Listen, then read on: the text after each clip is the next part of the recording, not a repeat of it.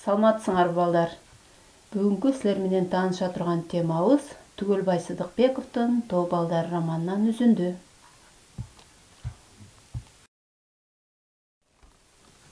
Алгач балдар сабактын максаты менен тааныша алалы. Тоо балдары романынын негизги идеясы, кыскача мазмуну, башкы каармандар менен таанышабыз. Көркөм окууга машыгабыз. Эскирген сөздөрдүн маанилери жөнүндө түшүнүк алабыз. Сүйлөө кебибиз өсөт. Улууну урматтоого, кичүүнү сыйлоого тарбияланабыз.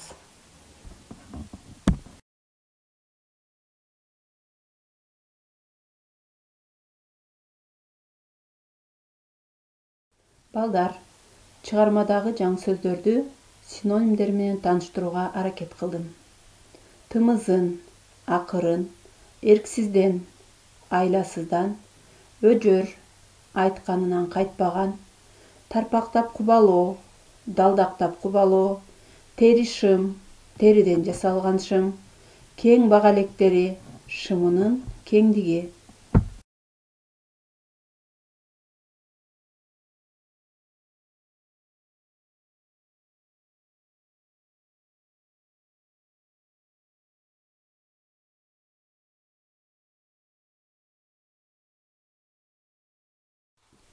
Күдүр эткен добушу, теришимдан чыккан үн, сакалдуу киши, улуу киши, куу баш, баласы жок, арпа жарманын каймагындай, аябай жука каймак, жаагынан кайыш алып, копол мамиле жасоо, тоотпос, эч нерседен коркпос. Роман бир нече окуяларды камтыган көлөмдүү чыгарма. Ыр түрүндө да жазылат. Бул ыр түрүндө жазылгандыгын балдар силер Александр Сергеевич Пушкиндин Евгений Онегин деген чыгармасынан көрө аласыңар. Жана ошондой эле кыргыз жазуучуларынын дагы ыр түрүндөгү романдары бар. Тоо балдары романы 1953-жылы жазылган. Бул романда эски жашоо менен жаңы турмуштун күрөшү баяндалат.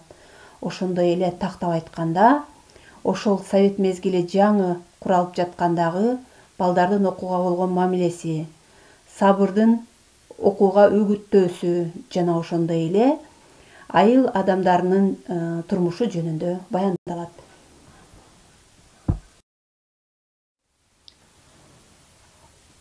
Омордун үйүн көздөй бурулганда Сабыр аргасыздан күлдү.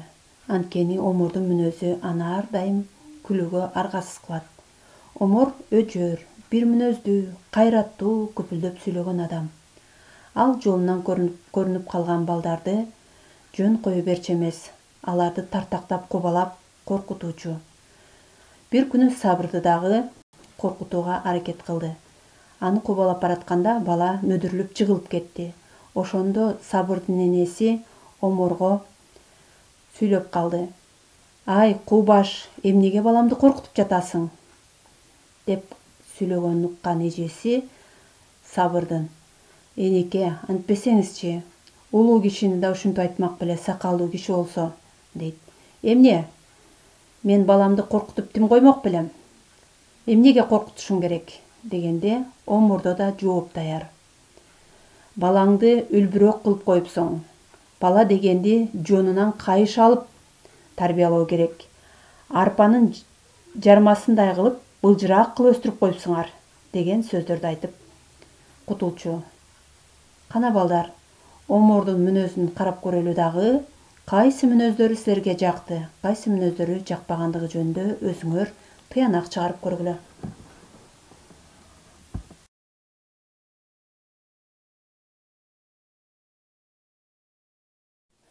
Адегенде Сабыр Омордун кыял жоруктарына чыдабай ыйлап жүрдү. Бирок бара-бара көнүп, өзү суранып калчу. Чоң ата, бетиме чабыңызчы, бетим калыңдап баратат.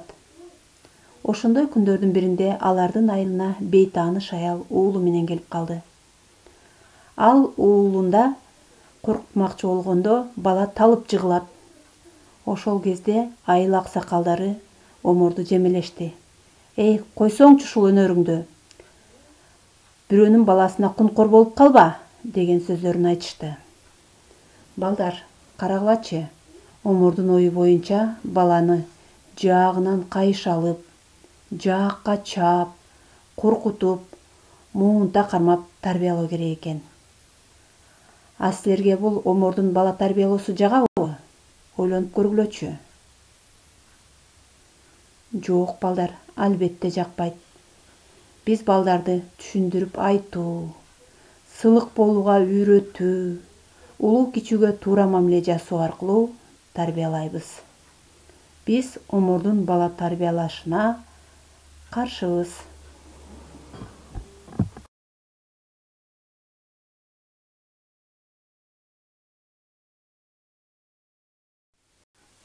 Балким омор ошол адатын таштабас беле. 50дөн ашкандан кийин гана балалуу болду. Ошондон кийинки анын кылган иши бул. Мектепке өтүп бараткан балдардын баарын чакырып алат. Эй, өкмөттөр, бери келгиле. Анын ичинде айрыкча Сабырды жанына чакырып алып, сен качан участковый болуп, тапанчаңды салпылдатып келесиң, деп калчу. Омордун ою боюнча, билим алгандардын баары кызматкер болуу керек экен. Ал ошентип түшүнчү. Жылкычыга кыл аркан менен окурук керек. Эгинчиге чалгы менен орок керек. Ал эми мага окшогон көк чекелердики көк сойыл менен жомок, деп ал билимдүү болууга, балдардын билимдүү болуусуна каршы чыгуучу. Балдар, чындыгында эле омордун ою туурабы? Жок, биз билим аркылуу сабаттуу болобуз. Каалаган кесибибизге билим аркылуу жетебиз. Жана ошондой эле биздин ойлогон ой максаттарыбыз баары билим аркылуу ийгиликтүү болот. Мына ошону биз жакшы билебиз.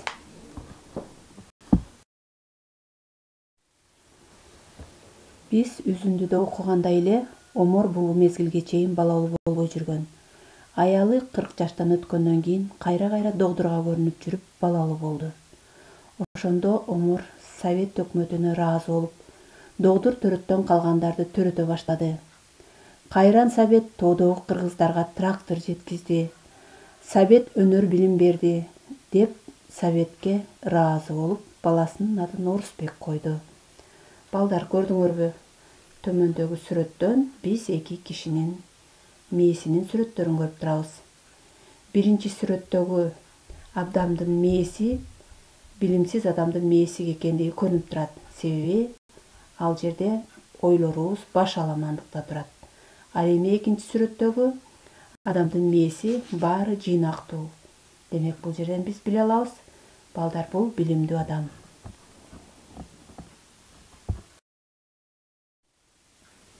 Орусбек 7 жашка толгондо алардын үйүнө сельсоветтен киши келет. Омордун баласынын окууга бара тургандыгы жөнүндө айтат. Ошондо омор дагы баласынын окуусуна каршы чыгат. Ошондой күндөрдүн биринде баласы көчөдөн ыйлап келет. Окуган балдар мени шылдыңдап жатышат.